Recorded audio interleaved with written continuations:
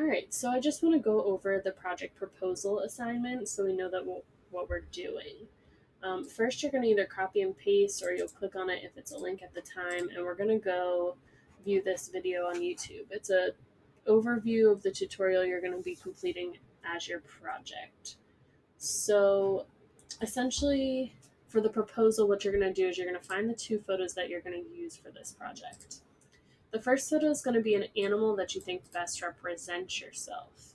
So this could either be your favorite animal or it could be an animal that you think shares characteristics with you. For example, you might be independent and standoffish, so you may choose a cat for those reasons. Or you may be hyper and like attention, and so you may choose a dog to represent yourself, and so on.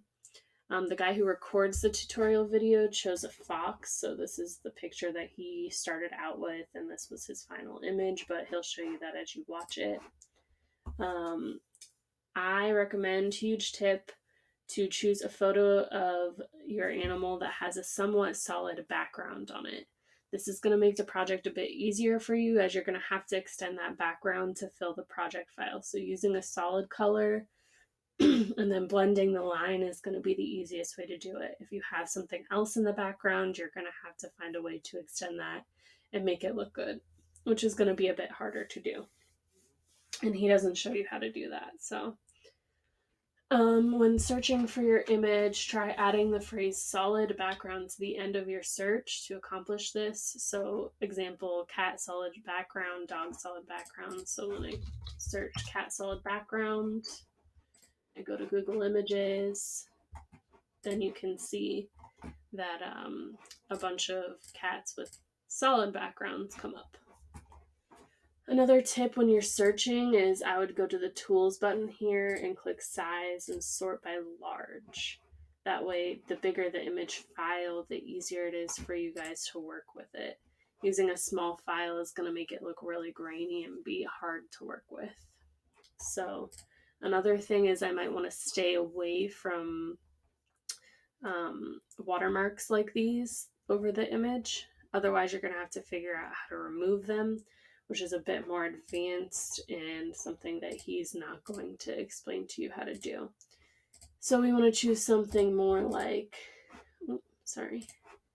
something more like this, and not with all these images going over. That's called a watermark.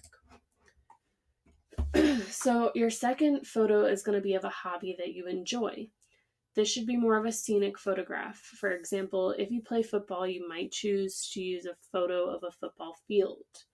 The guy who recorded this tutorial video chose a crowd at a concert because he likes music and that represents him.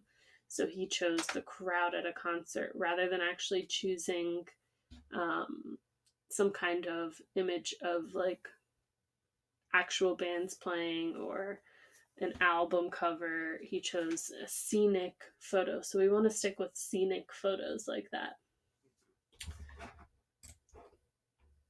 So the only thing that you're going to be turning in for the proposal assignment, which is this assignment here, is the two photos that you found that you want to use.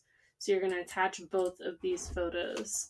There'll be a spot over here on the assignment somewhere that says to upload something. It's the same process that we went through in class when we did our Photoshop battle project. So I am also going to post along with this the final project assignment so that you can get started and have the full 4 days to work on it if you wish. Make sure that you turn your work into the correct assignments, though, to avoid issues with grading. I had quite a few people who turned in their proposal assignments for the Photoshop battle project into the final project assignment, not the photo, and vice versa. So you want to make sure that you turn your proposal into the proposal assignment and your final assignment into the final assignment. So let me know if you have any questions, but other than that, go ahead and find your pictures and then get started on your project.